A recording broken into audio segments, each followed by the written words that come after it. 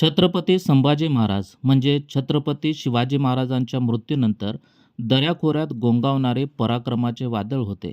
पण याच पराक्रमी वादळाला आणि स्वराज्याच्या छत्रपतींना मुकरब खानाने दगाफटका करून आणि फितुरांच्या मदतीने संगमेश्वर येथे कैद केले आणि शेवटी संभाजी महाराज पकडले गेले आणि त्यानंतर त्यांचा अमानुष रीतीने छळ करून त्यांना मारण्यात आले.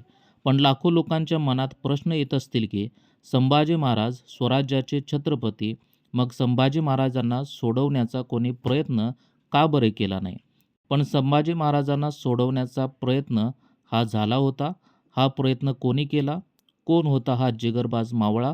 छत्रपती संभाजी महाराजांना कैद केल्यावर मुकरब खानाने आपल्या सैन्याला आदेश दिला की जितक्या लवकर शक्य होईल तितक्या लवकर संभाजी महाराजांना संगमेश्वरातून बहादूरगडाकडे घेऊन चला. मुकरब खानाची हजारोंची फौज निघाली.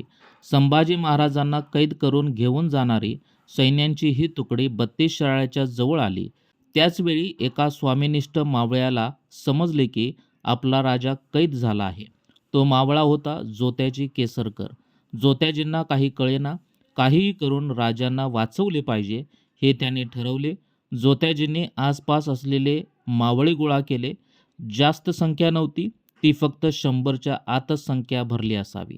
आपल्या राजाला सोडवण्यासाठी जीवावर उदार होऊन हे मावळे लढायला निघाले.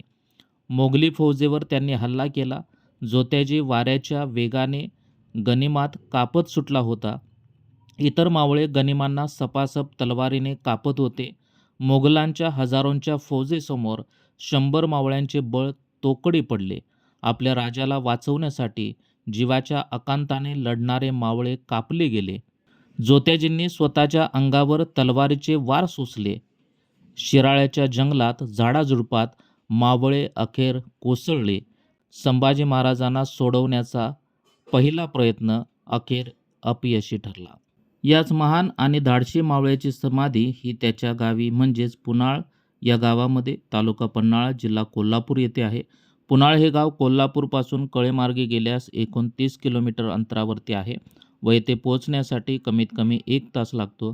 तर कोल्हापूरपासून प्रयाग चिखली मार्गे गेल्यास एकूण 25 किलोमीटर आहे आणि या मार्गे येथे पोहोचण्यासाठी 45 मिनिटं लागतात. कधीतरी वेळ काढून नक्कीच अवश्य या ठिकाणी भेट द्या. थँक्यू. हा व्लॉग आवडला असल्यास हा व्लॉग इतरांशी सुद्धा शेअर करा आणि माझे चॅनेल न विसरता नक्कीच सबस्क्राईब करा. Thank you friends.